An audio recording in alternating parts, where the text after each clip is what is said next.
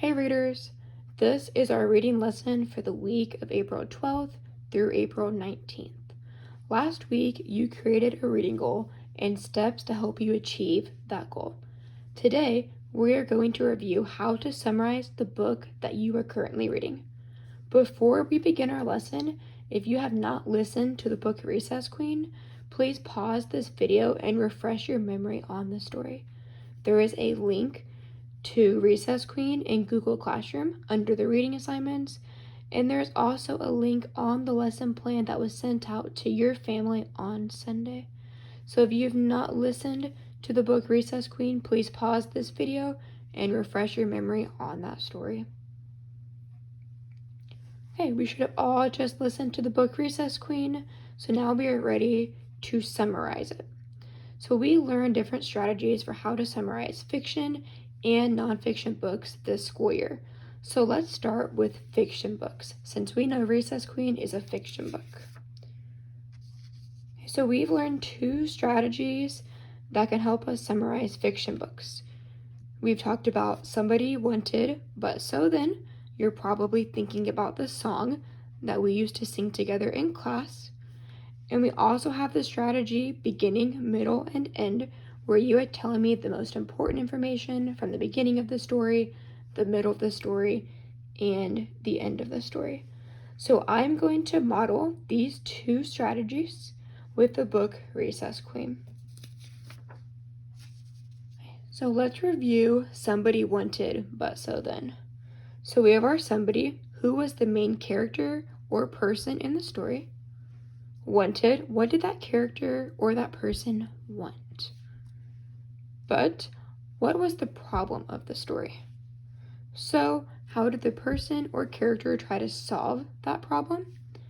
And lastly, then, what was the resolution or outcome? How did the story end? So we're thinking about Recess Queen. We want to think about who was the somebody, what did they want, what was the problem, how did they try to solve the problem, and then how did the story end? So here's my summary using the strategy Somebody Wanted, But So Then.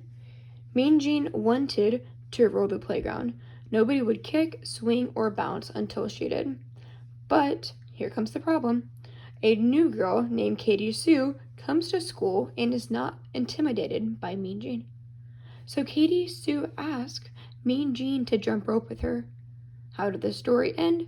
Well, then the two girls became friends and the playground is safe for everyone. So that is one way that you could summarize a fiction story. Another way that you could summarize a fiction story is to use the strategy beginning, middle, and end. So you're telling me the most important information from the beginning of the story, the middle of the story, and the end of the story. So Mean Jean was the Recess Queen. Nobody played before she did. She always got her way. So just this top part is from the beginning of the story. That's the most important information. Then a new girl named Katie Sue came to school. When the recess bell rang, Katie Sue played before Mean Jean. Mean Jean was furious and told Katie Sue the recess rules. So now I just told you the most important information from the middle of the story. So now I need to tell you the most important part from the end of the story.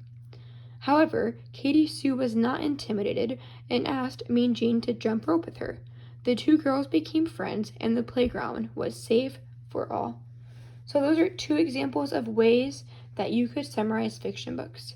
You could use Somebody Wanted, But So Then, or you could tell me the most important information from the beginning of the story, the middle of the story, and the end of the story.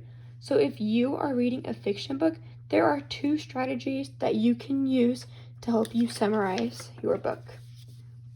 So now let's look at nonfiction books. So we focused on three strategies to help us summarize nonfiction books so far this school year. Remember, with nonfiction books, we are trying to find the main idea of the passage and then supporting details. So here are three strategies we've looked at. You can look at the title and the subheading to help you figure out what the main idea of the story is. You can look for that topic or that pop-out sentence. That was usually the first sentence of the story or of that subheading. And you can also look for repeated words. So these are words that are repeated over and over and over again. So I'm going to model these 3 strategies with a nonfiction passage.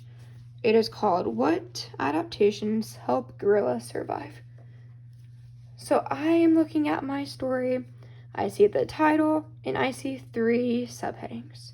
So first I'm going to use my strategy title and subheadings. So if I'm looking at my title, What Adaptations Help Gorillas Survive? I can already be thinking this passage is going to be about adaptations or characteristics that gorillas have that help them survive in the forest. So by looking at my subheadings, I can already tell they're going to tell me about their arms and legs, their hands and feet, and their teeth. These must be very important adaptations that gorillas have that help them survive. Now I can also look for a topic sentence or a pop-out sentence. So if I'm looking at my subheading, arms and legs, I'm going to look for a sentence that tells me what the rest of the passage is going to be about. Remember that pop-out sentence is usually the very first sentence. The first sentence of arms and legs subheading says a gorilla's long arms and short legs make it easy for it to walk on all fours. So I can already be thinking, I bet the rest of this is going to tell me why their arms and legs are so important to helping them survive. So I'm just going to highlight that sentence.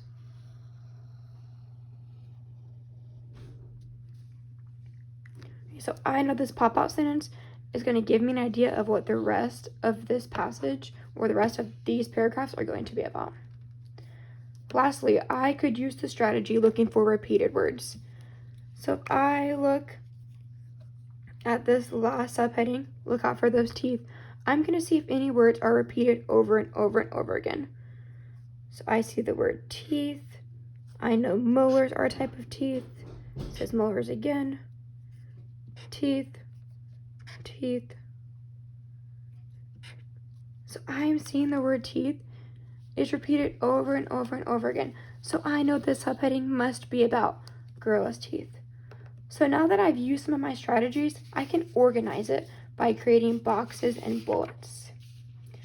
So in my box is going to be my main idea. What is it mostly about? So I used my strategy of looking at the title to help me figure out what this passage was about. So I know it was about adaptations that help gorillas survive. So now I need to find 3 supporting details about these adaptations that help gorillas survive. Well, that very first subheading was about their arms and legs. So I know that is a supporting detail. So gorillas' long arms and short legs help them walk. They help balance the gorilla's weight. That is a supporting detail of an adaptation that helps them survive. Secondly, gorillas have opposable thumbs and big toes. It helps them grasp objects and build shelter. And I got that information from my second subheading. So you could already make a prediction that my third supporting detail is going to come from this last subheading.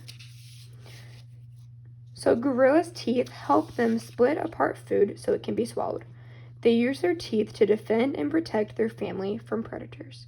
So I got these 3 supporting details from my passage, and they're all telling me about what adaptations help gorillas survive.